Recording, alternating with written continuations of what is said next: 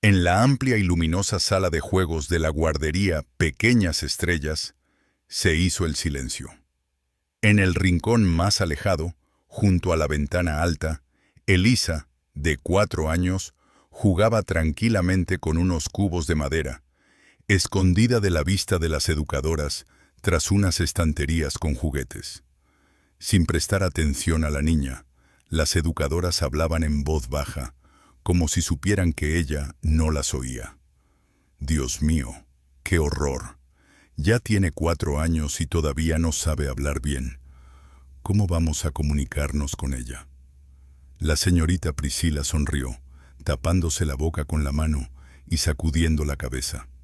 La señorita Tabitha suspiró con irritación y negó con la cabeza.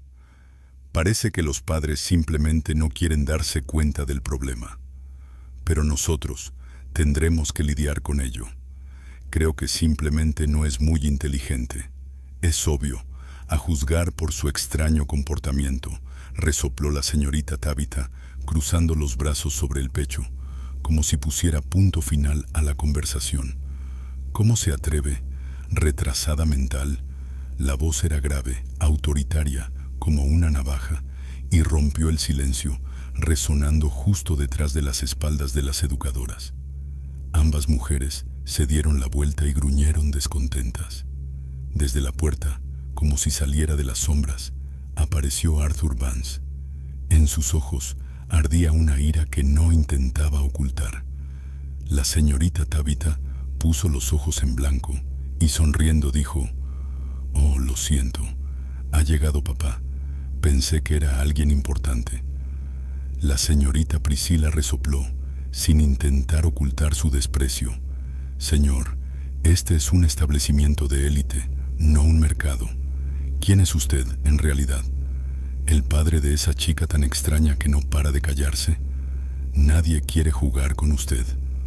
Si cree que su traje barato le da derecho a entrometerse en nuestros asuntos, está muy equivocado», declaró Tabitha con desprecio, mirándolo con aire evaluador. «Váyase, busque a su hija. Aquí trabajamos». Las educadoras miraban a Arthur con un desprecio abierto y humillante, sin sospechar quién era en realidad. La vida de Arthur Vance era una sorprendente combinación de contrastes. Se distinguía por su fenomenal inteligencia y su excepcional determinación, pero sus sentimientos personales estaban centrados en la familia. Era un hombre que no reconocía los matices.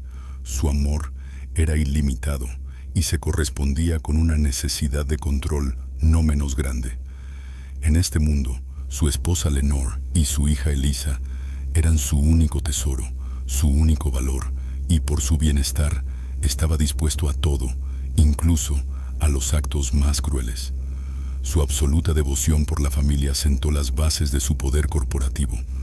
Arthur Vance creó su empresa, Vance Global, no solo gracias a su aguda mente y su excepcional capacidad de trabajo, sino también respaldado por esa misma necesidad inquebrantable de dominarlo todo.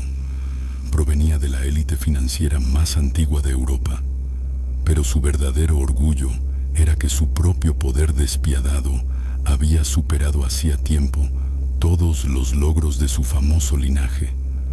El año pasado, cuando Elisa cumplió 3 años, Lenora, que se encontraba con Elisa en Europa, fue víctima de un atentado que, como se supo más tarde, iba dirigido a Arthur. Aunque Elisa no sufrió daños físicos, fue testigo de lo ocurrido.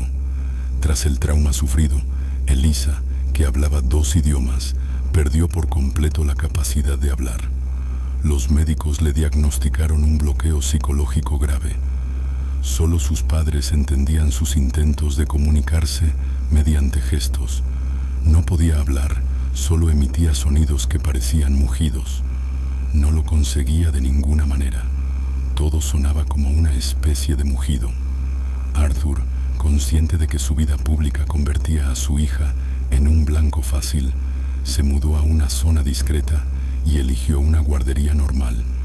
En el formulario solo indicó su nombre, Arthur Vance, como un escudo silencioso pero claro, esperando que su fama hiciera que los empleados se mantuvieran a distancia. En el nuevo ático, situado en una zona tranquila y discreta, amaneció. Arthur Vance preparaba el desayuno, vestido con una sencilla camiseta negra, sin prestar atención a su rutina diaria habitual. Lenora, la esposa, se apoyaba en la encimera, de pie, con una expresión de tensión en el rostro. ¿Estás seguro, Arthur? ¿No sería mejor contratar a una niñera? Lenora suspiró con cierta tristeza y miró por la ventana. Arthur le puso un plato a Elise. No, ella necesita otro entorno, sin mi influencia. Necesita volver a aprender a confiar, dijo Arthur, sentándose en una silla frente a Elise y tomándole la manita. Lenora se acercó. ¿Y qué pasa con tu trabajo? ¿No puedes simplemente irte de Vance Global? Dorian, mi adjunto, me sustituirá temporalmente. Él se encargará de todo. Mi departamento de seguridad ha tapado todos los agujeros. Nadie sabe dónde estamos, dijo Arthur Vance en voz baja, pero sus palabras sonaban convincentes. El martes fue el día en que Arthur decidió comprobar hasta qué punto había logrado proteger a su familia del mundo exterior. Estaba sentado en su despacho cuando de repente sonó un teléfono con la indicación «Urgente, Nueva York». «Arthur, esto es una locura. Tus rivales interpretan tu pausa como una debilidad y se preparan para atacar», dijo Dorian, el adjunto de Arthur, con voz temblorosa por la emoción. «Que se preparen», respondió Arthur Vance, mirando fríamente los papeles que no tenían nada que ver con el trabajo. «Mi descanso es una reorganización estratégica. Mientras tanto, ocúpate de mi seguridad personal y de la documentación». «¿Y qué tengo que hacer concretamente?», preguntó Dorian. «En el formulario que te he dado, omite todas las secciones relacionadas con los ingresos. Utiliza nuestro antiguo buzón, pero no cambies el nombre de Arthur Vance. Y procura que el nuevo lugar al que se mude Elisa esté vigilado, pero sin que sea molesto. Quiero que se sienta segura». Arthur Vance se levantó y su voz adquirió un tono firme e inapelable. «Entendido. Así se hará», dijo Dorian con voz ronca. «Es por su protección, Dorian», dijo Arthur Vance, y colgó el teléfono. «Y ahora eso es más importante que cualquier negocio». La víspera del primer día en la nueva casa, Arthur y Elisa pasaron la tarde sentados en el suelo del salón construyendo un castillo con cubos. En la habitación reinaba un silencio denso. Elisa se levantó, se acercó a la mesita y cogió el único marco que había allí, una fotografía de Lenora. Al volver, se acurrucó junto a Arthur, sosteniendo la foto en sus manos, y señaló primero a él y luego a la puerta. Quería saber hasta qué punto él estaba seguro de que ambos estaban a salvo. En un instante, Arthur comprendió que Elisa estaba interesada en saber hasta qué punto era fiable su nueva protección cuando su madre no estuviera en casa. Elisa asintió con la cabeza, pero su pequeño puño se cerró de nuevo, escondiéndose bajo la palma de la mano, lo que era un signo de inquietud. Sin decir una palabra, Arthur tomó los cubos y reforzó la base de la torre, duplicando su anchura. Luego pasó la mano por la parte superior para demostrar su solidez. «No se caerá. Yo la sostengo», dijo Arthur Vance, mirándola a los ojos y mostrando su mano abierta con confianza. «Mañana te llevarán a un nuevo lugar. Papá siempre estará cerca. No lo olvides». Elisa, acurrucada contra su hombro, aceptó su promesa. La señorita Tabitha y la señorita Priscilla estaban atónitas. Sus rostros se sonrojaron por la vergüenza y el miedo. Las palabras no salían de sus bocas. Arthur Vance sacó un teléfono delgado de su bolsillo interior y, sin dudarlo, se lo llevó a la oreja. «Dorian», dijo Arthur Vance, con una voz fría y firme, como si se hubiera oído un disparo en el silencio de la habitación. «Comienza el proceso, ahora mismo. Voy a comprar el terreno del jardín de infancia Orange World. Todo, el terreno y el edificio. Hazlo como una transacción urgente con doble remuneración. Tabitha y Priscilla lo miraban en silencio, sin poder creer lo que oían.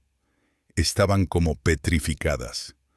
Arthur Vance colgó el teléfono con fuerza, dando por terminada la llamada. Se inclinó sobre las mujeres inmóviles. Escuchen atentamente. Soy el propietario de este edificio. A partir de ahora, solo podrán seguir trabajando aquí con una condición. Si vuelvo a oír, ver o incluso sentir que tratan a Elisa o a cualquier otro niño que les parezca inusual, sin el máximo respeto y empatía, serán despedidas. Sus ojos brillaron con dureza cuando se enderezó. Me encargaré de que no puedan trabajar en ninguna otra guardería privada, y mucho menos en una prestigiosa. Su destino está aquí, o en ningún sitio. ¿Lo entienden? Priscilla y Tabitha solo pudieron asentir. Su miedo era palpable. Se acercó a Elise y la cogió en brazos. «Papá está aquí. Volvemos a casa», susurró Arthur Vance. Se dirigió hacia la salida. En la sala de juegos quedaron dos mujeres temblando de miedo. Arthur Vance acababa de comprar su lugar de trabajo para controlarlas. La mañana en la guardería amaneció con un silencio inusual. La señorita Tabitha y la señorita Priscilla llegaron una hora antes de la apertura, con la misma ropa sin planchar del día anterior. Ninguna de las dos había dormido. «¿Has llamado al director?», susurró Priscilla, frotando nerviosamente la superficie de la mesa de plástico, como si intentara borrar algo inexistente.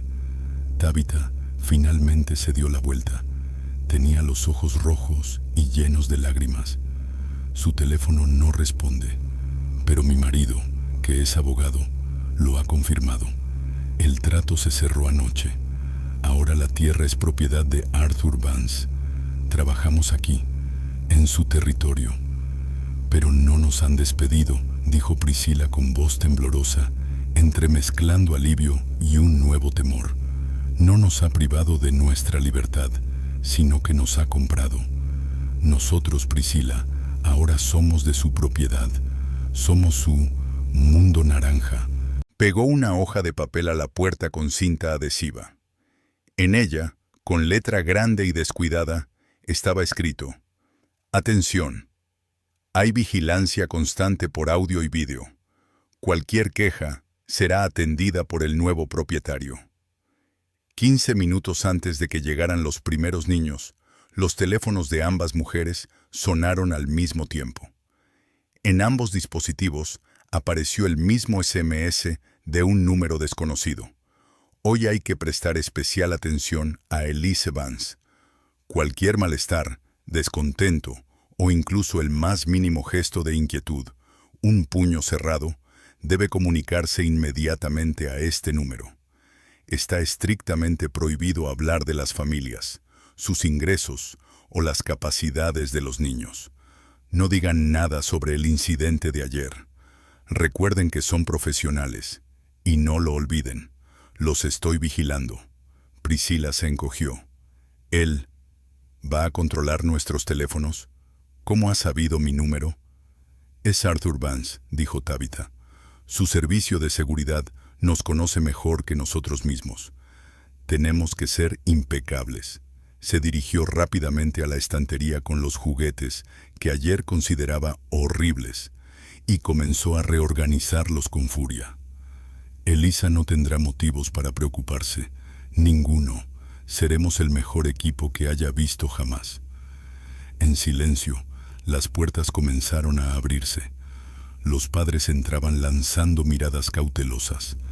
La ausencia del antiguo director no pasó desapercibida. Tabitha los recibió con una sonrisa tan poco natural que parecía una amenaza. Cuando una niña pequeña, con un tic notable, entró en la sala, Priscilla se estremeció involuntariamente. Tabitha la agarró instantáneamente por el codo y le apretó la mano con fuerza, pero con ternura. «Recuerda, Priscilla, Cada niño que nos parece inusual es una prueba para nosotros. Si se da cuenta de que hemos vuelto a pensar mal de alguien, destruirá no solo nuestros esfuerzos, susurró Tabitha, moviendo apenas los labios.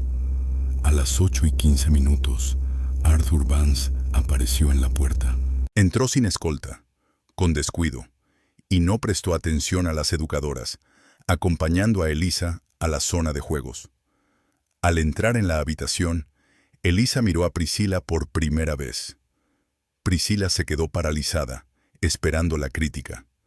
En cambio, Elisa apretó el puño, cubriéndolo, un gesto que expresaba inquietud, y rápidamente se acurrucó contra la pierna de su padre. Arthur Vance se arrodilló, le tendió la mano abierta y asintió con la cabeza. Antes de salir, miró a Tabitha por un momento. No dijo nada, pero su mirada lo decía todo. Reflejaba. Veo su gesto. Sé que tú también lo has visto. Tienes un día para cambiarlo. A Tabitha le temblaban las piernas. Esa misma tarde, Lenora regresó a casa. El vuelo desde Zúrich aterrizó 2 horas antes de lo previsto por Arthur. Entró en el ático, que ahora le parecía lujoso, pero vacío, como un búnker sin alma. En el estudio encontró a Arthur. Estaba delante del ordenador portátil, en cuya pantalla se veía un complejo esquema, el plano de una guardería, con puntos rojos que indicaban los lugares donde se instalarían las nuevas cámaras. Lenora salió sin decir una palabra. Arthur levantó la vista, y por primera vez en mucho tiempo, su expresión reflejaba tensión. «No pensaba verte tan pronto», dijo, cerrando el portátil de un golpe. «¿Cómo ha ido la reunión?» «La reunión ha ido muy bien», respondió Lenora con una voz fría como el viento helado de las montañas. «Pero tu departamento de seguridad ha cometido una serie de errores. Solo le pedí a Dorian que me diera la dirección y el nombre del jardín. Me proporcionó toda la información sobre la compra. Se puso nervioso cuando se dio cuenta de que yo no entendía nada de eso. ¿Estás completamente loco?» Arthur se levantó. «Quería contártelo cuando volvieras. Elisa está a salvo». Lenora rodeó lentamente la enorme mesa y se detuvo frente a él. «¿Has comprado el terreno donde juega nuestra hija, que ha sufrido un trauma, para castigar a 2 mujeres estúpidas? Las has convertido en objetos de tu experimento personal, como si fueran animales de laboratorio», dijo Lenora. «Han llamado retrasada mental a nuestra hija», dijo Arthur con voz tranquila, pero con un tono de acero. «¿Crees que voy a permitir que Elisa escuche todas esas palabras horribles? No puedo estar con ella cada minuto, Lenora, pero puedo controlar lo que la rodea». Lenora apretó los puños y proclamó: «Tu enfoque no es protección, Arthur, es tiranía. Nos mudamos aquí para darle la oportunidad de llevar una vida normal, y tú has convertido la guardería en una réplica secreta de Vance Global. Has creado un entorno artificial para ella, aún más aislado de la realidad que el que tenía antes». «He eliminado la amenaza», respondió Arthur. «Me he asegurado de que le prestaran la máxima atención. Me ha costado varios millones, pero ha merecido la pena». «No, los has acorralado», repitió Lenora, con la voz temblorosa por la emoción. «Los has dejado en el mismo lugar en el que causaron daño y los has obligado a parecer amables. ¿Cómo reaccionará cuando se entere de que su sonriente educadora es una esclava comprada con tu dinero? No la estás curando, Arthur. La estás protegiendo de una realidad que tu dinero no puede controlar». Arthur apartó la mirada y miró por la ventana las luces parpadeantes de la ciudad. Esa repentina vulnerabilidad era inusual en él. «¿Crees que lo hago por poder?». Se volvió, con angustia en los ojos. «Lo hice porque no pude protegerte en Zúrich. No pude detener las balas. No puedo permitir que las palabras le hagan tanto daño como lo que ha vivido». Dio un paso hacia ella y añadió: No puedo devolverle la voz, Lenora, y no puedo curarla. Pero puedo levantar muros a su alrededor, protegiendo su mundo. Puedo garantizarle que ningún mal volverá a acercársele. Es lo único que sé hacer a la perfección. Lenora no se calmó, pero la ira dio paso a una amarga tristeza. Tus muros nos ahogan a los dos, Arthur. Tú controlas todo, excepto su miedo, y no podrás vencerlo mientras la escondas de él. Ella salió del despacho. Arthur se quedó solo, con la mirada fija en su portátil, que parpadeaba con puntos rojos de control. Había ganado la batalla, había adquirido la tierra, pero por primera vez sintió que estaba perdiendo una guerra más amplia. Al tercer día después del incidente, apareció en Orange World un hombre que no era ni su padre ni su tutor. Era el señor Gregory Adams. Aparcó cuidadosamente su sedán negro, respetando estrictamente las marcas del suelo, como si estuviera cumpliendo una orden militar, y entró en el edificio. No dedicó ninguna sonrisa a Tabitha ni a Priscilla, que se quedaron paralizadas en la entrada. Adams, vestido con un impecable traje de 3 piezas, parecía un gerente impasible y profesional, totalmente inadecuado para este mundo de juguetes de colores vivos y dibujos infantiles. Era la encarnación de Dorian, es decir, los ojos y las manos de Arthur Vance. Adams levantó la mano y detuvo a Priscilla, que intentaba saludar. «Señoritas Tabitha y Priscilla», dijo con voz tranquila y sin emoción, mirando la tableta.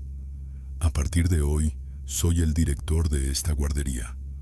Todo lo relacionado con el funcionamiento del edificio, el personal y la seguridad se decidirá a través de mí». A Tabitha se le secó la garganta. «No nos han dicho nada sobre el nuevo...». «Permítanme interrumpirles», dijo Adams. «¿Tienen acceso al correo electrónico? Compruébenlo. La carta se envió hace 5 minutos. La falta de respeto a las instrucciones es la primera infracción». Rápidamente revisaron sus teléfonos. El correo había sido enviado. No había saludos ni firmas, solo un texto breve y categórico sobre la entrada inmediata en funciones del administrador. Adams no se detuvo en el pasillo, sino que se dirigió directamente a la sala de juegos, seguido por las educadoras. «No se permiten errores. Por eso estamos introduciendo nuevas normas de seguridad», declaró Adams, ignorando a los niños que jugaban. Sacó un mando de su maletín y pulsó un botón. De repente, por toda la sala parpadearon y luego se apagaron pequeñas luces rojas, escondidas en los rincones más inesperados, en las carcasas de los detectores de humo, en las rejillas de ventilación e incluso, como observó Tabitha, en una pequeña casita de juguete. A partir de hoy, todo el recinto, incluidas todas las instalaciones, estará bajo vigilancia audiovisual las 24 horas del día, declaró Adams. Cada cámara está equipada con un micrófono y un sistema de visión nocturna. No importa dónde estén instaladas. Su tarea es comportarse de manera impecable para que no haya el más mínimo motivo para dudar de su integridad. La paranoia se apoderó de Tabitha y Priscilla al instante, sin darles ni un minuto de respiro. No sabían dónde mirar, dónde encontrar fuerzas para respirar o incluso para susurrar una palabra. Las luces se apagaron, pero la sensación de la presencia de los ojos rojos invisibles se mantuvo. Es una auditoría interna. Su principal objetivo es el comportamiento impecable del personal, confirmó Adams. No saquen temas relacionados con los niños, conmigo o con el propietario. No quiero oírlo. El propietario será quien escuche. El día transcurrió bajo una tensión insoportable. Las educadoras se comportaban como robots. Sus sonrisas parecían pegadas a propósito. Cada movimiento estaba cuidadosamente pensado. Cuando se hizo el silencio, Elisa se sentó a la mesa y se puso a dibujar. Como recordando el gesto de alarma del día anterior, Priscila actuó con la máxima cautela. «¿Qué estamos dibujando, cariño?», preguntó Priscila, con una voz más suave de lo habitual cuando se comunicaba con los niños. Elisa miró a la chica, que había dejado caer accidentalmente un lápiz verde. Priscila se inclinó inmediatamente y lo recogió. Elisa repitió el movimiento. Dejaba caer cosas y esperaba con impaciencia a ver qué pasaba después. No podía entender qué motivaba a la educadora, pero su cerebro traumatizado necesitaba el ritual y la repetición para asegurarse de que el entorno era seguro. Si dejaba caer algo, siempre había alguien que se acercaba inmediatamente a ayudarla, sin el más mínimo grito. Era el único elemento predecible en su nuevo y aterradoramente silencioso mundo. Priscila levantó el lápiz por cuarta vez. En sus ojos no había ira, solo puro terror animal. Desde su distancia de observación, Tabitha se dio cuenta de que Elisa había encontrado algo en lo que apoyarse. Instintivamente, exploraba los nuevos límites de su mundo y comprobaba hasta qué punto ese lugar era ahora seguro y predecible. Al final de la semana, bajo la atenta mirada de la educadora, los niños empezaron a actuar con una precisión sobrehumana. Sus movimientos adquirieron una fluidez perfecta, sus sonrisas eran impecables y sus voces siempre suaves. Parecía una interpretación impecable, desprovista de toda sinceridad. El miedo a Arthur Vance se apoderó de todos los niños. Ahora no hacían distinciones entre ellos. El niño que antes les parecía difícil o raro, ahora les parecía una amenaza, un punto potencial en el que podía ocurrir algo terrible. Tim, un niño que padecía una forma leve de autismo y que solía sentarse en un rincón, de repente se convirtió en el centro de atención. Tabitha, que antes lo ignoraba, ahora se sentaba a su lado, jugando con él a los cubos, pero sus ojos se movían inquietos en busca de cámaras ocultas. Priscila, que antes era indiferente hacia la niña, con un fuerte tartamudeo, ahora esperaba pacientemente a que ella hablara, sentada a su lado. No lo hacía por buenas intenciones, sino por miedo a ver en su teléfono un mensaje de texto de un número desconocido en el que alguien citara algo que demostrara su incompetencia. «No es solo un trabajo, Tabitha», susurró Priscila, cerrando el armario del vestuario y asegurándose de que no hubiera micrófonos. «Actuamos en el escenario, y si nuestro número no es perfecto, el propietario rescindirá nuestro contrato para siempre». Tabitha asintió con el ceño fruncido. Ha conseguido lo que quería. Un servicio absolutamente impecable, pero falso. A mediodía, la profesora Evelyn Avery llegó a la guardería. Era famosa no solo por sus logros científicos en el campo de los traumas infantiles, sino también por su total indiferencia hacia la riqueza y la influencia. Arthur Vance le ofreció una suma que podría resolver los problemas de todo un país, pero la mirada que le dirigió al entrar no reflejaba el más mínimo interés por el dinero. Con su corto corte de pelo canoso y sus penetrantes ojos azules, Avery no prestó atención al administrador Adams. «Señor Vance», dijo ella, tendiéndole la mano. Su apretón de manos fue firme. «Me ocupo de cuestiones relacionadas con los niños, no con las estructuras corporativas. Mi única preocupación es Elisa. Si usted o sus empleados me ponen obstáculos, me iré, y ninguna compensación económica me retendrá». Arthur, poco acostumbrado a un tono tan directo, se tensó ligeramente. «Aprecio su franqueza, profesora. Mi administrador se encargará de que esté completamente tranquila y segura». ¿Seguridad o aislamiento? Avery no cedió. Miró a Tabitha y Priscila, que se movían alrededor de Elisa con un cuidado sobrehumano. Noto la tensión de inmediato. Aquí no hay alma, solo una perfección impecable, motivada por el miedo. En una pequeña sala especialmente habilitada, Avery llevó a cabo su primera sesión con Elisa. Arthur, como de costumbre, desempeñó el papel de observador, permaneciendo detrás de la puerta y observando lo que sucedía a través de un cristal unidireccional. Tras 45 minutos de juego silencioso e intercambio de gestos sencillos, Avery salió. Arthur la siguió inmediatamente, con una expresión de impaciencia en el rostro. ¿Qué ha visto allí? ¿Cuál es el resultado?, preguntó Arthur. La profesora Avery cruzó los brazos. No hay progreso. Su hija es una niña increíblemente inteligente y fuerte. Sin embargo, su trauma prospera en este entorno. Ella guarda silencio porque siente la falsedad de las personas que la rodean. He eliminado la amenaza, respondió Arthur, recordando la conversación con Lenora. He comprado el jardín y ahora dirijo al personal. Ella no corre ningún peligro. Avery negó con la cabeza, expresando compasión, pero sin miedo. Señor Vance, usted cura la herida como si la cubriera con oro, pero no le permite sanar. Ha sustituido un riesgo abierto e indefinido por uno cerrado, pero artificial. Se acercó a él. Sus muros y cámaras no permiten a Elise evaluar por sí misma la seguridad del mundo. Ella entiende que esas mujeres sonríen no por bondad, sino por miedo a usted. La confianza surge en condiciones de incertidumbre y riesgo, no con un control total.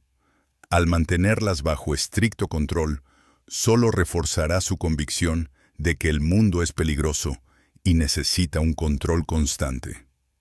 Esto supuso un golpe directo a los fundamentos de la cosmovisión de Arthur Vance. Avery pasó a la exigencia clave, que puso a Arthur en una situación incómoda.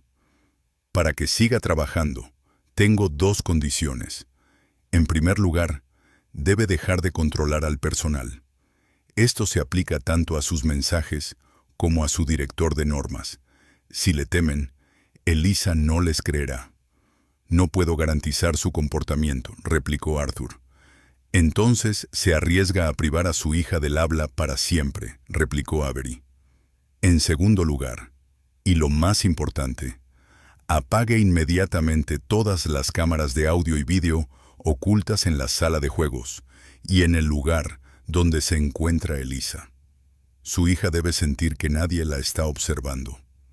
Arthur Vance, propietario de un imperio global, sintió por primera vez que el suelo se le escapaba de debajo de los pies. Renunciar al control equivalía a renunciar a su escudo protector. Me está pidiendo que elimine la única barrera que me queda, dijo con voz que no denotaba tensión amenazante, sino desesperación. No, señor Vance, le ruego encarecidamente que comience el tratamiento. Su control no es una protección, es solo un hábito obsesivo generado por su miedo. Solo cuando aprenda a confiar en el mundo, Elisa podrá recuperarse. Aquella mañana se convirtió en una de las más difíciles de la vida de Arthur Vance. Estaba sentado en su despacho, mirando la pantalla donde debía transmitirse en directo desde Orange World. La pantalla estaba vacía, en negro. Por orden de Vance, las cámaras instaladas en la sala de juegos habían sido desactivadas. Dorian, dijo Arthur por teléfono, con voz tensa. Entendido, señor. El administrador Adams ha recibido la orden. La vigilancia del personal y las cámaras de las zonas de juego están desactivadas. Espera sus próximas instrucciones. Arthur apretó los dientes y dijo con firmeza: Bien, Adams debe permanecer en el edificio, pero sin entrometerse en los asuntos de las educadoras, a menos que haya una amenaza directa para la seguridad de los niños. Las alertas por SMS también están desactivadas. Señor, dijo Dorian con cautela, eso parece contradecir todos los protocolos establecidos. Es un tratamiento, Dorian, lo interrumpió Arthur. Estoy haciendo lo que el médico considera necesario. Por primera vez, Tengo que confiar en algo que no puedo controlar. Informa a mi departamento de que no estaré disponible durante 4 horas. Yo mismo llevaré a Elisa. En la guardería, Priscila notó el cambio incluso antes de que Arthur entrara por la puerta. No había recibido el SMS matutino con las instrucciones en su teléfono. El director Adams estaba en su nueva oficina y no salía, lo que ya de por sí era motivo de preocupación. «¿Las cámaras siguen encendidas, Tabitha?», susurró Priscila, arreglándose el pelo con torpeza, como si intentara calmar su nerviosismo. Tabitha inspeccionó la habitación en busca de luces rojas imperceptibles. «Deben estar funcionando. Arthur Vance no puede permitirse perder el control de la situación. Quizás solo esté ajustando su táctica. Sé discreta y tan educada como puedas». Tras traer a Elisa, Arthur no se detuvo ni le mostró la palma de la mano, como solía hacer. Solo asintió con la cabeza a Priscila, que estaba más cerca de la salida, y se marchó.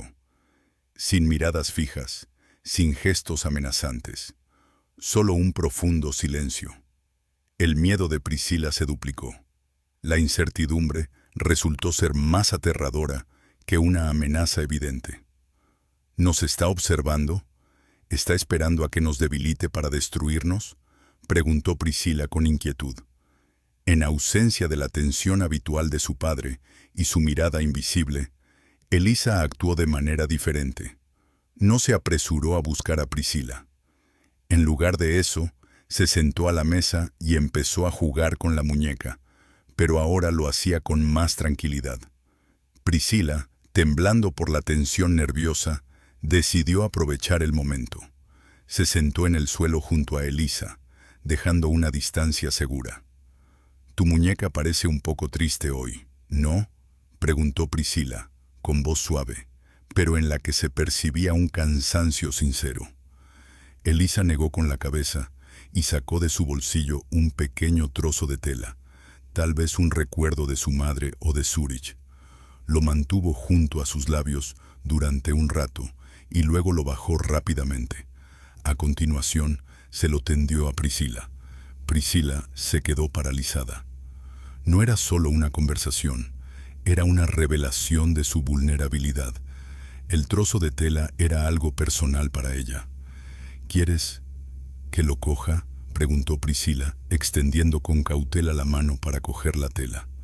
Elisa asintió y luego apretó el puño, un gesto de inquietud. Volvió a llevarse la mano a la boca, pero esta vez no la bajó, sino que se puso el dedo en los labios, indicando silencio. Priscila comprendió que Elisa no solo quería silencio, sino que pedía ayuda con el silencio. «Siento mucho que tengas que guardar silencio», susurró Priscila, dejando de lado por un momento su preocupación por las cámaras y por Vance. Sus palabras estaban llenas de sinceridad. Devolvió el trozo de tela a la mesa delante de Elisa y le acarició suavemente la mano. «Cuéntamelo cuando quieras», le dijo. «Mientras tanto, estaré aquí». Elisa sintió un gran alivio. El método de la psicóloga había resultado eficaz. Priscila se quedó media hora junto a Elisa, simplemente estando a su lado, sin necesidad de palabras. Por primera vez en mucho tiempo, logró sentirse no observada, sino por el contrario, educadora. Cuando llegó la hora de comer, Priscila ayudó a Elisa a levantarse. Elisa la miró, y mientras se dirigía a la mesa, sonrió levemente. No fue una sonrisa amplia, sino más bien un leve movimiento de los labios. Priscila estaba en shock. Tabitha, que observaba lo que sucedía desde la cocina, también se quedó paralizada. «Ella te ha sonreído», susurró Tabitha en voz baja. «Sí». Priscila no podía apartar la mirada de la niña. No sentía miedo, simplemente confiaba. Ambos se dieron cuenta de que el riesgo que había tomado Arthur Vance había funcionado. Al renunciar al control, le había dado a Elise la primera sensación sincera de seguridad. Al mismo tiempo, comprendieron que ahora su cuidado no podía ser fingido. Si le hacían daño de nuevo, sería culpa suya y no solo desobediencia. Habían pasado 2 meses desde que Arthur Vance tomó la decisión que le costó tanto esfuerzo: renunciar al control absoluto. Se desmantelaron todas las cámaras y micrófonos ocultos de la guardería Orange World, y con ellos desapareció también la atmósfera de tensión constante. La guardería se llenó de vida real y no aparente. Los 12 niños, incluidos aquellos que las educadoras antes consideraban raros, irradiaban una felicidad sincera. El niño pequeño que antes tartamudeaba ahora cantaba canciones cortas, y la niña que sufría de tics disfrutaba jugando con muñecas. La señorita Tabitha y la señorita Priscilla se convirtieron en lo que Arthur había buscado desde el principio, pero solo había conseguido al aflojar el control. Profesionales verdaderamente atentas. Sus sonrisas ya no eran una máscara dictada por el miedo al ojo rojo de la cámara. El jueves por la mañana, Tabitha y Priscilla conversaban sobre el menú. Pensaba que nos volveríamos locas sin control, admitió Priscilla mientras cortaba la fruta. Pero resulta que es más fácil. Confían en nosotras y podemos hacer nuestro trabajo con tranquilidad, sin fingir. No ha eliminado la amenaza, Priscilla, la corrigió Tabitha con suavidad. Solo la ha trasladado a nuestras cabezas, pero ha funcionado. Siento el resultado de mi trabajo. Al mirar atentamente a Elisa, vieron que la niña estaba sentada a la mesa. Aunque seguía sin hablar, su comunicación se había animado. Hoy le explicaba al educador con gestos qué torre quería construir. No hay puños cerrados ni gestos de inquietud. Mira, susurró Priscilla. Antes solo se escondía, pero ahora llama la atención. Tabitha asintió. Se está animando a confiar en nosotros, y ese es nuestro verdadero reto. Junto con Lenora, Arthur Vance llegó al jardín por la tarde y observó el patio de recreo desde su coche. 2 meses, y ni un solo incidente, dijo Arthur, rompiendo el silencio. He invertido millones, he comprado el terreno, he contratado a los mejores abogados y asesores para que sea seguro. Pero la única solución eficaz resultó ser renunciar a todo eso. Lenora le puso la mano en el hombro. No has renunciado a la protección, dijo. Solo la has cambiado. La confianza es un escudo que no se puede comprar con dinero. Al ver su coche, Elisa sonrió, les saludó con la mano y corrió hacia la señorita Tabitha, abrazándole la pierna y pidiéndole que la levantara. Arthur bajó la ventanilla. Tabitha levantó a Elisa y, llevándola en brazos, se acercó al coche. «Señor Vance», dijo Tabitha con un tono tranquilo y sincero, «Elisa está bien. Ya ha empezado a compartir sus juguetes y se ha encariñado mucho con el profesor Avery». «Gracias, señorita Tabitha», dijo Arthur por primera vez con tanta suavidad. Miró a su hija, que estaba en brazos de la mujer a la que, solo 2 meses antes, casi había hecho daño. Se dio cuenta de la gran paradoja. Solo había podido garantizar la seguridad de su hija cuando le había permitido estar cerca de personas que él no podía controlar. Era viernes por la mañana. El sol calentaba el patio de recreo de Orange World. Los niños, incluida Elisa, estaban absortos pintando con tizas en el asfalto. La señorita Tabitha y la señorita Priscilla los observaban, sintiéndose por primera vez relajadas y concentradas en su trabajo. A las 10:30 de la mañana, cuando Tabitha se inclinó para ayudar a Elisa, sintió una fría corriente de aire. Al mirar hacia arriba, vio algo que no esperaba. Junto a la alta valla, en el borde del patio de recreo, había un hombre desconocido. Su atuendo era demasiado formal para esa zona. Llevaba un abrigo oscuro, incluso con el tiempo cálido. Su mirada no se dirigía a los niños, sino que observaba fijamente el edificio y su valla. No se movía, simplemente permanecía de pie, como una mancha oscura, observando inmóvil. A Tabitha le vinieron a la mente las palabras de Arthur Vance. Si lo vuelvo a ver, o si solo me lo parece. Su corazón se aceleró. La amenaza era palpable, pero ahora no provenía de Arthur, sino del exterior. El hombre, sin intentar ocultarse, levantó la mano y fotografió el edificio con su teléfono. Era un acto de demostración evidente. A pesar del pánico, Tabitha reaccionó con rapidez. Se levantó de un salto y corrió hacia el hombre. «Señor, no puede estar aquí. Es propiedad privada», dijo con voz temblorosa. Sin cambiar la expresión de su rostro, el hombre se volvió lentamente hacia ella. A pesar de su juventud, sus ojos parecían vacíos y fríos. «Solo estoy comprobando cómo funciona la seguridad», dijo con un ligero acento apenas perceptible. «Me han informado de que el señor Vance tiene una protección débil». Se acercó a la verja y dando un paso hacia un lado, dijo: «Dile a Dorian que sus huellas son demasiado evidentes y que el cliente no ha olvidado sus obligaciones». Sentada a 5 metros de Tabitha, Elisa notó la tensión en su voz y vio al desconocido que había aparecido. Contuvo el grito y las lágrimas. Dejando caer la tiza, se sentó, apoyando la espalda contra la pared. Apretó y cubrió el puño. La ansiedad volvió a apoderarse de ella. Luego comenzó a gesticular enérgicamente a Tabitha, fijando la mirada en el hombre. «Hombre, abrigo, se esconde, peligro». Al correr hacia Tabitha, Priscila se fijó en los gestos de Elisa. «Se va, Tabitha», exclamó Priscila. Al salir por la verja, el hombre, antes de desaparecer de la vista, tiró al suelo un papel enrollado. Con manos temblorosas, Tabitha recogió el papel. En él había una fotografía. Elisa en el jardín, tomada desde lejos. Tabitha corrió hacia Elisa, la levantó en brazos y entró rápidamente en la casa.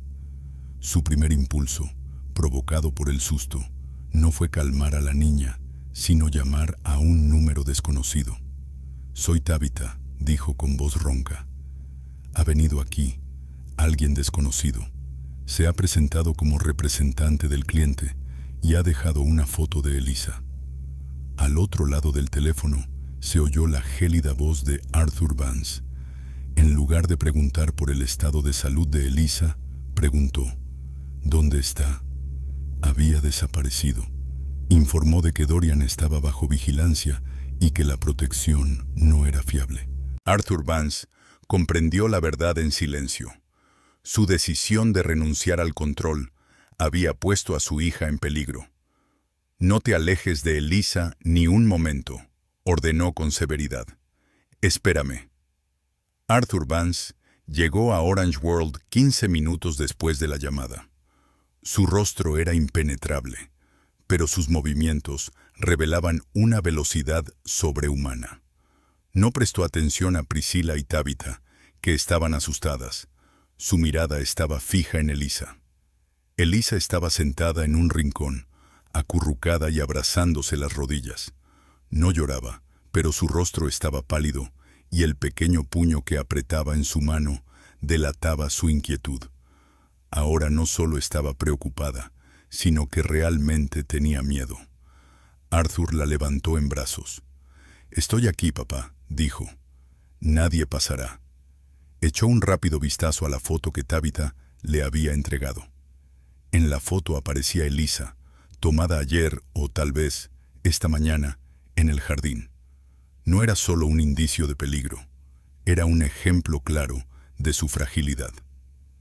«Ambas, señorita Tabitha, hicieron exactamente lo que esperaba de ustedes», dijo Arthur con voz grave, sin rastro de ira ni elogio. «Dejaron que las circunstancias tomaran el control, y en ese momento, a 10 metros de mi hija, apareció alguien». Cogió el teléfono y marcó el número de Dorian. «Dorian». Arthur ignoró el saludo habitual. «Cancela todas las reuniones. Necesito informes completos sobre Zúrich. Todo el material aplazado. Inmediatamente. A partir de hoy, reanudamos la investigación y con el triple de energía. Tengo que averiguar quién es ese cliente. 3 horas más tarde, en la penumbra del ático, Arthur estaba sentado en su despacho, esperando la llegada de alguien. La puerta se abrió y Dorian entró en la habitación. Su habitual aspecto impecable se había visto alterado.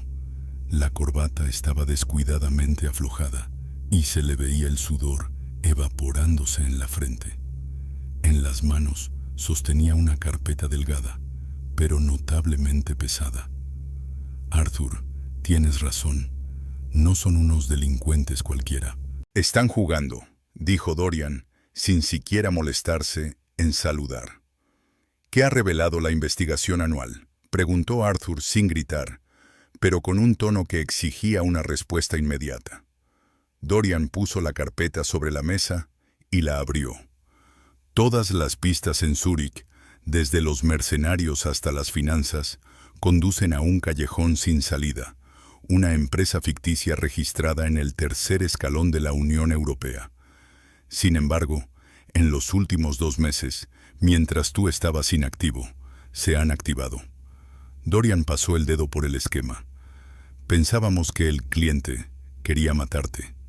Pero mira aquí. Todas las pruebas apuntan no a ti, sino a Lenora y Elisa. Han estado rastreando sus movimientos, su tratamiento. Esto no es un asunto de negocios, Arthur. Es una guerra psicológica. ¿Y cuál es su objetivo?, preguntó Arthur, apretando el borde de la mesa con el puño. Quieren que te sientas impotente. Saben perfectamente que lo que más temes es por tu hija. La fotografía en el jardín no es una amenaza de muerte. Es una señal. Conocemos tu debilidad y podemos aprovecharla. Y eso es precisamente lo que dijeron en el jardín. Vemos cada paso que da Dorian. Nos vigilan para anticiparse a tus medidas de protección. Los ojos de Arthur ardían. Entendido, Dorian. Ordena a todas las unidades que se reúnan. Ya no voy a defenderme. Paso al ataque. A partir de ahora no buscaremos pistas, sino a la persona. Empieza por aquellos que más han sufrido tú. Calma, después de Zúrich. Dorian asintió con la cabeza y su expresión se volvió seria. Tenía claro que había llegado la hora de la verdad. Había pasado una semana desde el incidente en Orange World. Arthur Vance vivía exclusivamente de café y adrenalina. Trasladó su oficina al ático y colaboró estrechamente con Dorian, dedicando toda su atención a la búsqueda de la persona que pudiera conocer sus puntos débiles. Dorian había bloqueado todos los caminos a sus competidores. No le interesaba el dinero, sino la realización personal. Arthur y Lenora dejaron de compartir la cama.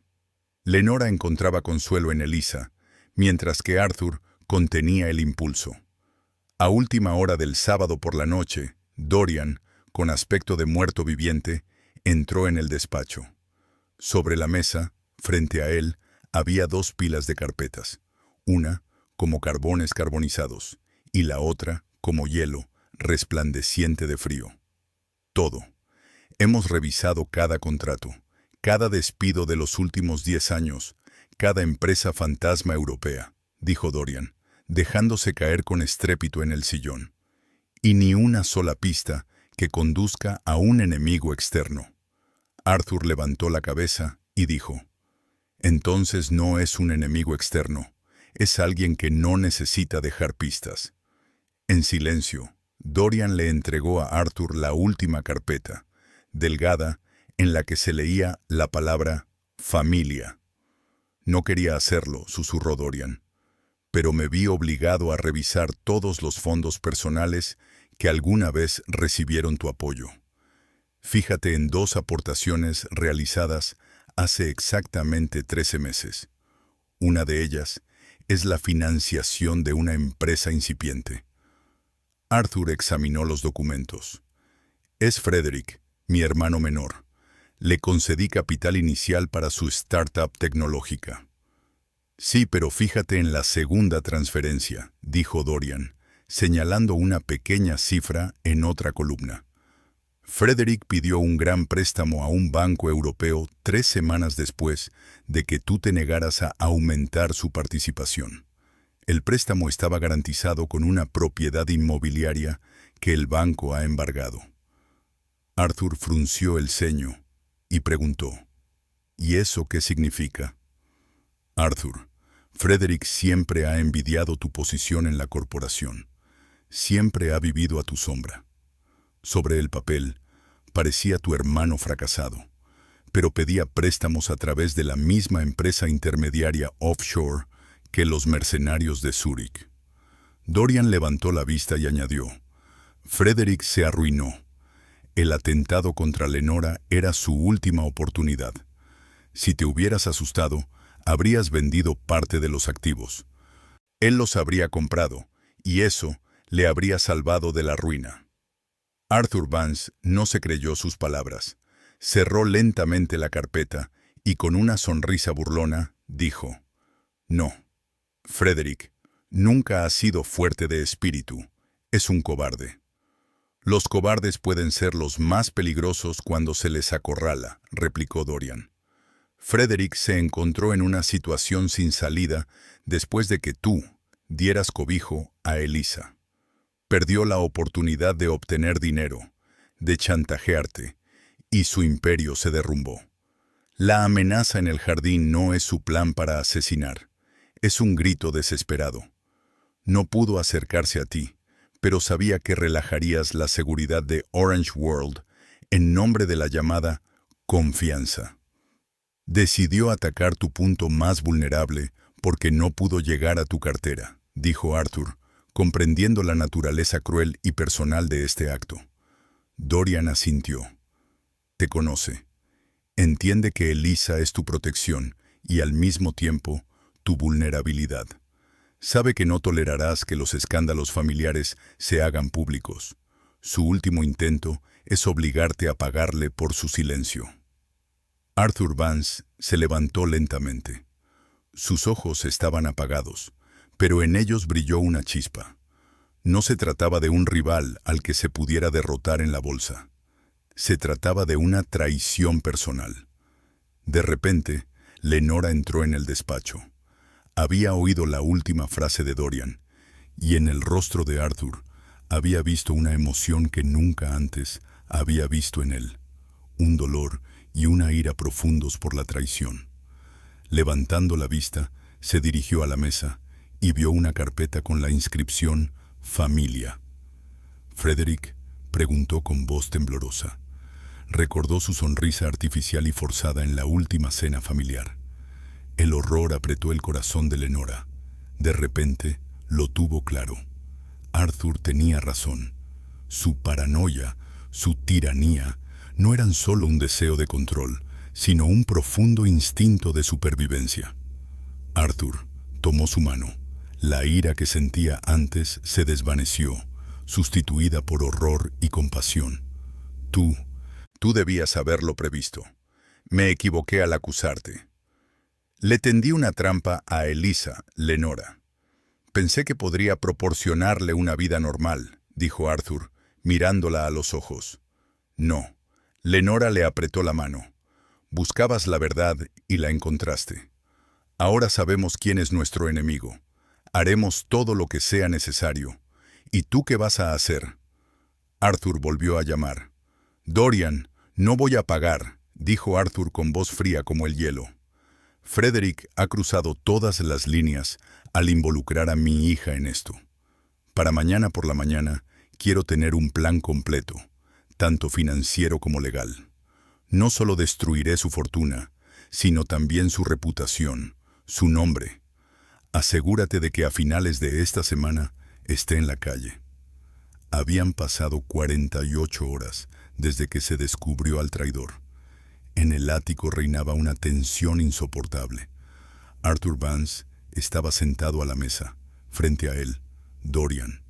Su plan era claro: destruir a Frederick utilizando los resortes legales y financieros, privándole de toda posibilidad de salvarse y evitando un escándalo público que pudiera perjudicar a Elise. «No iremos a la policía», dijo Dorian con firmeza, pero en voz baja, con un tono de acero en su voz. «Eso destapará Zúrich.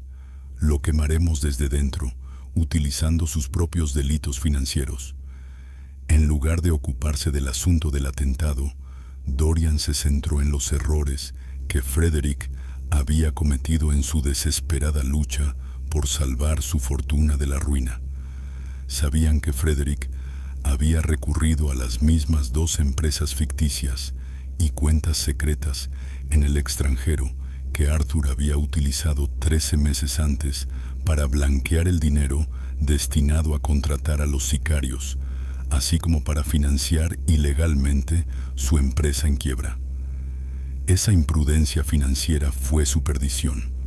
Durante 12 horas, Dorian y su equipo trabajaron sin descanso, como si fueran criminalistas, analizando las cifras.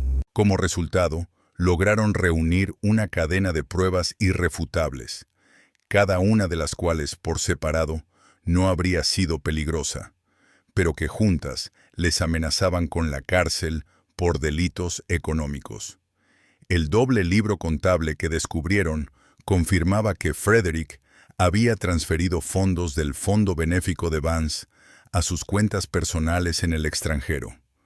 Durante muchos años, Vance Global había hecho la vista gorda ante estas insignificantes fugas, pero ahora se habían convertido en una decisión fatal para él.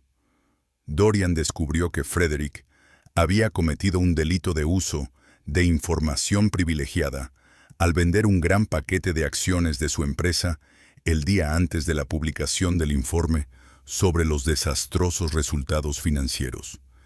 Y, como guinda del pastel, Dorian descubrió una transferencia descuidada por valor de 50.000 euros que Frederick había realizado a través de la misma empresa ficticia que los mercenarios, acompañada de una cínica nota que decía «por servicios prestados».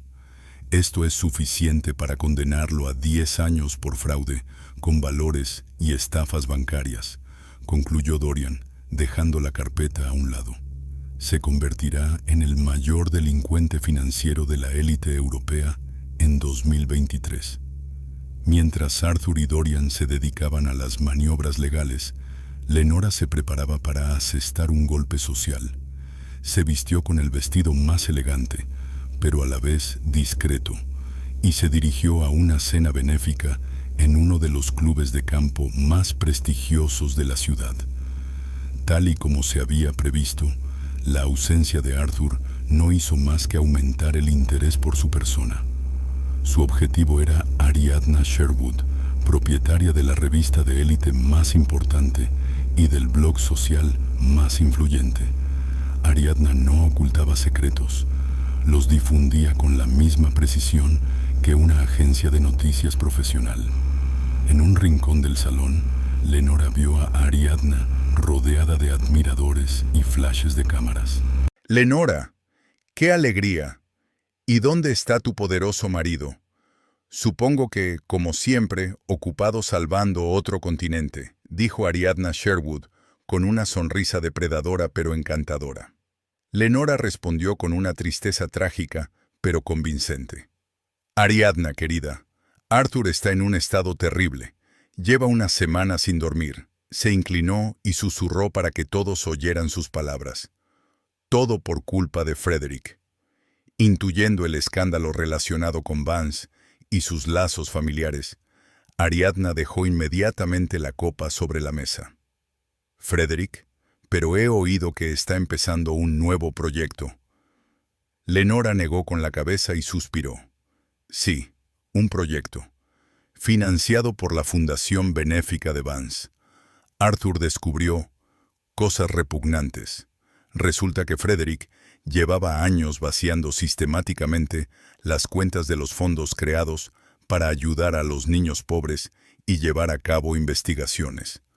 «¿Pero por qué?», exclamó Ariadna, fingiendo estar conmocionada, pero con los ojos ya encendidos. Perdió todo su dinero, Ariadna, y para saldar sus deudas, empezó a sacar dinero del fondo. Arthur no puede revelarlo oficialmente, porque eso tendría un impacto negativo en toda nuestra familia. ¿Lo entiendes? Nuestro propio primo resultó ser un estafador. Lenora se llevó la mano al corazón. No solo engañó a Arthur, sino que también robó a los niños, a los más indefensos. Dios mío, dijo Ariadna, dirigiéndose a su séquito, que escuchaba con atención. ¿Y qué va a hacer Arthur? Lenora bebió un sorbo de agua y bajó la voz, como si compartiera un secreto que no debía revelar a nadie. Arturo simplemente pagará todas sus deudas en silencio y lo obligará a irse, diciendo que es por problemas de salud, para no llamar la atención de la policía. Pero Frederick es deshonesto. Está tratando de chantajear a Arturo, amenazando con contarle a los periodistas sobre los problemas familiares. Lenora derramó una lágrima que parecía casi real. «Pobre Arthur», dijo Ariadna con un tono de admiración. «Qué noble por su parte no delatarlos a las autoridades». «Solo rezo para que nadie se entere, Ariadna», concluyó Lenora con tono suplicante. «Si se descubre, la reputación de Frederick quedará destrozada. Y para Arthur significaría una nueva ronda de estrés. Por favor, prométeme que no se lo dirás a nadie». Lenora sabía que su petición equivalía a una orden directa de difundir inmediatamente la información. Para cuando Lenora regresó a casa, Ariadna Sherwood ya estaba preparando una edición especial para su blog. La sentencia social de muerte de Frederick estaba dictada. Para Frederick Vance, la mañana del viernes se convirtió en un día de catástrofe financiera. Lo despertó una llamada de su banquero personal del Banco Central Europeo, cuyo tono habitualmente agradable ahora sonaba frío e indiferente. «Señor Vance, debo informarle de que todas sus cuentas, incluidas las secretas en el extranjero, han sido congeladas a petición de nuestro departamento jurídico». La voz al otro lado del teléfono era implacable. «Sus activos han sido confiscados. Se ha iniciado una investigación por fraude y malversación de fondos benéficos». Frederick se dejó caer sobre la cama. Sabía que no se trataba de una auditoría rutinaria. Era Arthur. Su hermano no solo había cortado la rama, sino que había arrancado la raíz. En cuestión de horas, su imperio financiero, construido sobre préstamos inestables y mentiras, se había desmoronado bajo la presión legal de Dorian. Corrió al ordenador para mirar sus redes sociales, pero ya era demasiado tarde. Todo lo que aparecía en su muro eran titulares reproducidos en blogs y portales de noticias. La vergonzosa caída del heredero de Vance. Vivía a costa de los huérfanos. Al mediodía, su abogado dejó de trabajar con él, alegando una repercusión pública inaceptable. Sin embargo, el verdadero golpe le llegó por la noche. Frederick llegó a su club de campo esperando encontrar allí simpatía y tal vez conseguir un préstamo. Lo recibió el maître, cuya mirada estaba llena de desprecio. «Lo siento, señor Vance. Su membresía ha sido cancelada por decisión del consejo», dijo secamente el maître. «¿Por qué motivo?», rugió Frederick, con la voz temblorosa por la humillación. «Por motivos de incompatibilidad moral», dijo el hombre, tendiéndole el teléfono. En la pantalla del teléfono había un artículo del blog de Ariadna Sherwood. «No podemos aceptar a personas que roban a fundaciones benéficas. Señor Vance, le ruego que abandone el recinto». Frederick se tambaleó. No solo se había arruinado, sino que se había convertido en un paria. Las palabras de Lenora resultaron más destructivas que cualquier juicio. Le privaron del aire que le daba vida, el reconocimiento y el respeto de la alta sociedad. La única opción era que Arthur no lo entregara a la policía. Eso significaba que Arthur deseaba venganza personal, no un juicio. Al regresar a su apartamento vacío, Frederick se dio cuenta de que su casa, sus finanzas y su reputación estaban destruidas. Pero le quedaba una última y traicionera carta. Sabía dónde estaba el mundo naranja y tenía información que podía asustar a Arthur. Cogió las llaves de su viejo coche, que aún no había sido confiscado, y se puso en marcha. Ya no necesitaba el dinero, solo buscaba la destrucción de su hermano. Esa misma tarde de viernes, en la que Frederick cruzó la línea de la locura, Arthur Vance se encontraba en su ático. Dorian le informó de que la misión había concluido. Frederick había sido despojado tanto de sus propiedades como de su posición social. Arthur recibió un mensaje de Frederick en su teléfono personal encriptado. Sé lo que has hecho, sé que lo has comprado. Me dirijo al mundo naranja. Allí se encuentra mi último juego. Si quieres salvar a tu hija de la inevitable verdad, ven aquí solo. Arthur no se asustó. Lo había previsto.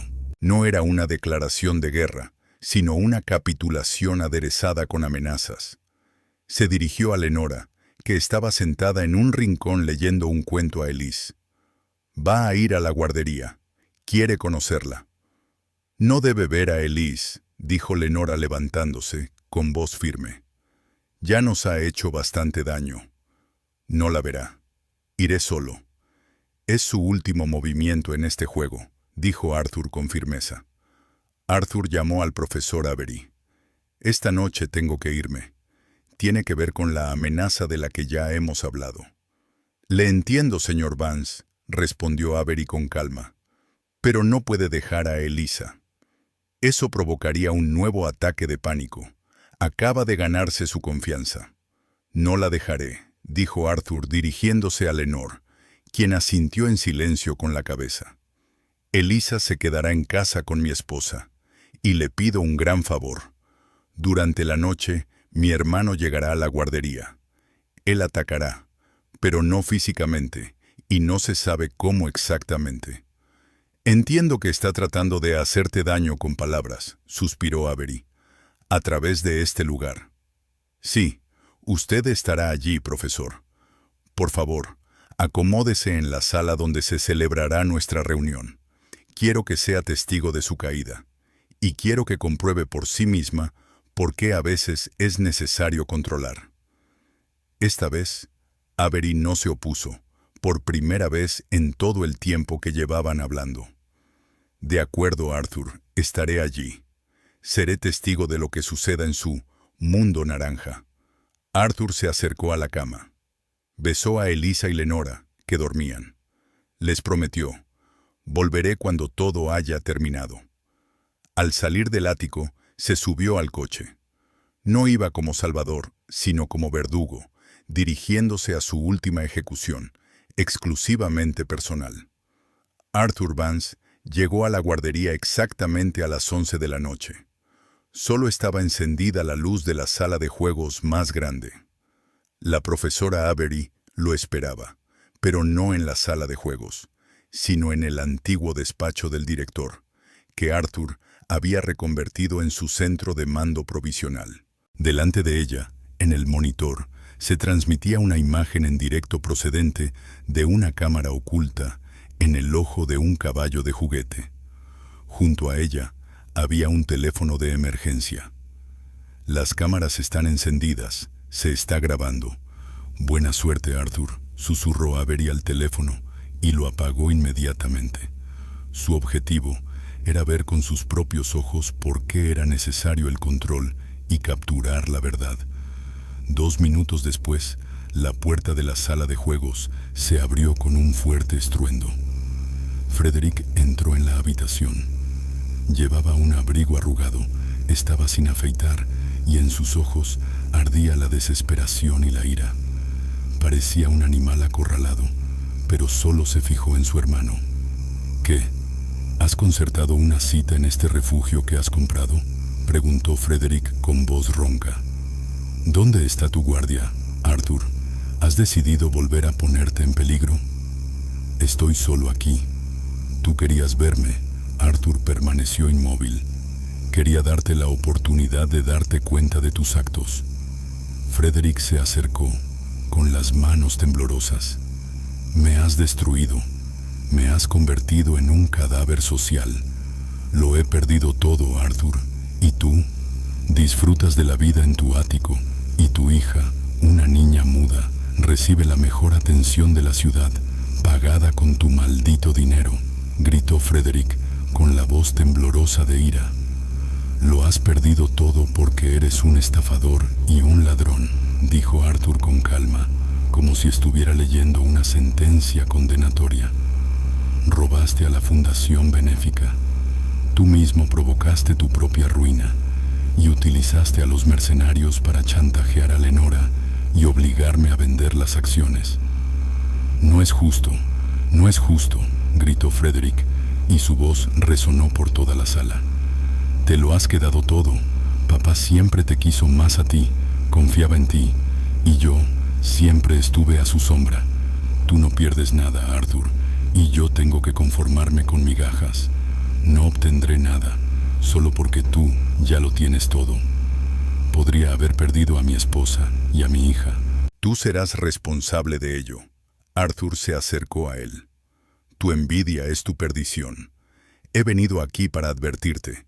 No conseguirás nada. Tu huella será borrada. Has perdido. No, no he perdido, dijo Frederick, mirando el pesado y viejo cubo de madera del juego de construcción que yacía sobre la mesa. Proteges demasiado a tu hija. Ella ya ha visto morir a personas. ¿Qué pasará si ve morir a su padre?, dijo Frederick con una sonrisa sarcástica. De repente, Frederick agarró el cubo de madera y, dominado por la emoción, golpeó con fuerza a Arthur en la cabeza. El golpe fue sordo y sonó amenazador. Arthur no tuvo tiempo de reaccionar. Cayó inmediatamente al suelo, recibiendo un fuerte golpe contra la suave superficie. Una mancha roja oscura se extendió rápidamente por la alfombra blanca, aumentando inexorablemente de tamaño. En la oficina contigua, la profesora Avery se estremeció y se tapó la boca con la mano. El vídeo de la pantalla la había conmocionado. El cuaderno se le resbaló de las manos y cayó al suelo. Al ver la sangre, Frederick entró en pánico. La ira se desvaneció, dejando en su lugar un miedo animal. El cubo se le cayó de la mano al suelo. No, susurró y, empujando la puerta, corrió hacia la salida. Con voz temblorosa, Avery cogió el teléfono de emergencia. Inmediatamente, la guardería Orange World, traumatismo cráneoencefálico grave, agresión. Volvió a mirar la pantalla, donde el caballito de juguete seguía grabando. La cámara lo había captado todo.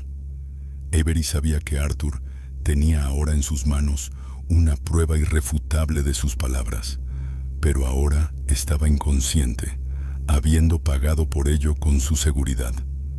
10 minutos después, 2 ambulancias y 3 todoterrenos negros pertenecientes al servicio de seguridad de Arthur llegaron al Orange World.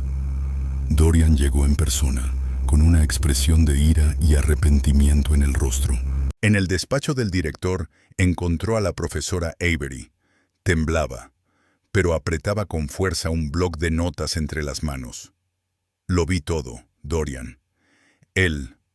Frederick le golpeó en la cabeza con un cubo de madera. Fue un acto de agresión. Inmediatamente llamé a los servicios de emergencia y a la policía, dijo Avery con voz temblorosa. Dorian ordenó sin demora a sus subordinados que acordonaran la zona. No necesitaremos a la policía. Nosotros mismos encontraremos a Frederick. Pero primero, Arthur. Profesora, ¿dónde está la grabación? Avery señaló la pantalla del monitor. La cámara está en ese caballito de juguete. Lo fotografió todo. Él mismo la encendió. Sabía lo que hacía. La pantalla mostraba una y otra vez la escena de la caída. Arthur, tendido en el suelo en un charco de sangre, había recibido la confirmación inequívoca de que tenía razón. Dorian comprendía que ese era el precio que Arthur había pagado por su último y fatídico paso. Arthur Vance fue trasladado de urgencia a una prestigiosa clínica privada. Media hora más tarde, Lenora llegó al lugar. Al ver a su esposo en una camilla, rompió a llorar, y su ira, que antes se había dirigido hacia su deseo de control, ahora se centró por completo en Frederick. Una hora más tarde, un neurocirujano se acercó a Lenora y Dorian con una expresión seria en el rostro. El médico informó: tiene una fuerte conmoción cerebral y una fractura de hueso temporal con hundimiento. El principal peligro es un hematoma epidural que crece rápidamente. El fuerte golpe ha provocado una hemorragia interna. Es necesario operar urgentemente para aliviar la presión sobre el cerebro y evitar daños irreversibles. ¿Qué posibilidades hay?, preguntó Lenora, secándose las lágrimas. Francamente, la situación es extremadamente arriesgada. Debido a la gravedad de la lesión, no podemos garantizar que la operación vaya a tener éxito.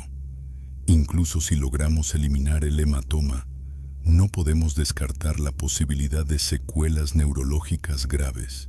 Necesita reposo absoluto y debemos actuar de inmediato. Dorian se dirigió a Lenora. Arthur no está en condiciones de dirigir en este momento. Asumo toda la responsabilidad. Encontraré a Frederick. Encuéntralo, dijo Lenora con una determinación tan gélida que Dorian se estremeció involuntariamente. Dile de mi parte que pagará el doble. Dorian salió de la clínica con un único objetivo: encontrar y detener a Frederick. Esta vez no contó con la ayuda de su seguridad privada. En su lugar, recurrió a sus contactos en la fiscalía, proporcionándoles la grabación del ataque, filmada por una cámara de la guardería, y las coordenadas exactas de la ubicación de Frederick. Ordenó a su equipo: comprueben todas las tarjetas de crédito que pueda haber robado y comprueben el único lugar donde es posible que se sienta protegido: el antiguo apartamento de su madre. Necesita desesperadamente un refugio. Volverá a sus orígenes. 3 horas más tarde, Dorian recibió un mensaje diciendo que Frederick había sido visto en la casa abandonada donde él y Arthur vivían antes. Dorian llegó al lugar con 2 patrullas. Frederick estaba sentado en su viejo coche, desolado. Al salir, vio las luces de los faros. ¿Crees que Arthur me perdonará?, preguntó Frederick con voz desesperada. Arthur quizá te perdone, dijo Dorian, acercándose a Frederick. Pero Lenora, nunca. No le has pegado a Arthur, Frederick. Le has pegado a lo que más valora, y todos lo hemos presenciado. La agente de policía se acercó a Frederick. El frío chasquido de las esposas puso fin a su juego, y ella dijo: «Señor Frederick Vance, queda arrestado». Dorian miró al hermano de su jefe, que había sido arrestado. La cámara oculta en el caballo de juguete no solo había capturado la prueba del ataque, sino también el fin de toda una era para la familia Vance. Pasaron 2 semanas. Arthur Vance se recuperó de la peligrosa operación. Lenora no se apartó de su lado, dirigiendo el imperio con la ayuda de Dorian. Frederick permanecía bajo custodia. Al 14 días, Arthur logró mover la vista por primera vez. Elisa estaba sentada a su lado. Se sentía increíblemente frágil, y en esa fragilidad encontró una nueva fuerza. «Papá, yo lo vi», susurró Elisa con una voz suave pero clara, que no habían oído en todo un año. Él causó dolor, pero yo no siento miedo». Lenora, conmocionada, se tapó la boca con la mano. Arthur comprendió que precisamente su indefensión había sido la clave para la recuperación de su hija. Elisa, por su parte, vio que su poderoso padre, aunque había caído, seguía vivo. Dejó de ser un símbolo que exigía una protección impecable y se convirtió en un padre herido que necesitaba su apoyo. Más tarde, la profesora Avery explicó. Se recuperó cuando comprendió que el verdadero miedo no se había superado con la riqueza de su padre, sino con su vulnerabilidad humana. Ahora ya no tenía por qué callarse. Al cabo de un mes, Arthur regresó a casa transformado. Vendió la guardería Orange World a sus antiguos propietarios, pero dejó una importante donación anónima a la institución. Habló con Lenora mientras observaba a Elisa dibujar. «Tenías razón, Arthur. Tu determinación nos salvó de Frederick», dijo Lenora. Arthur le estrechó la mano a Lenora. «Tú tenías razón, Lenora», dijo. «Debí haber confiado en ti. Gracias a eso, Elisa se salvó». El precio del control resultó ser considerable, pero a cambio de la confianza se les concedió algo invaluable, una voz que siempre apreciarán.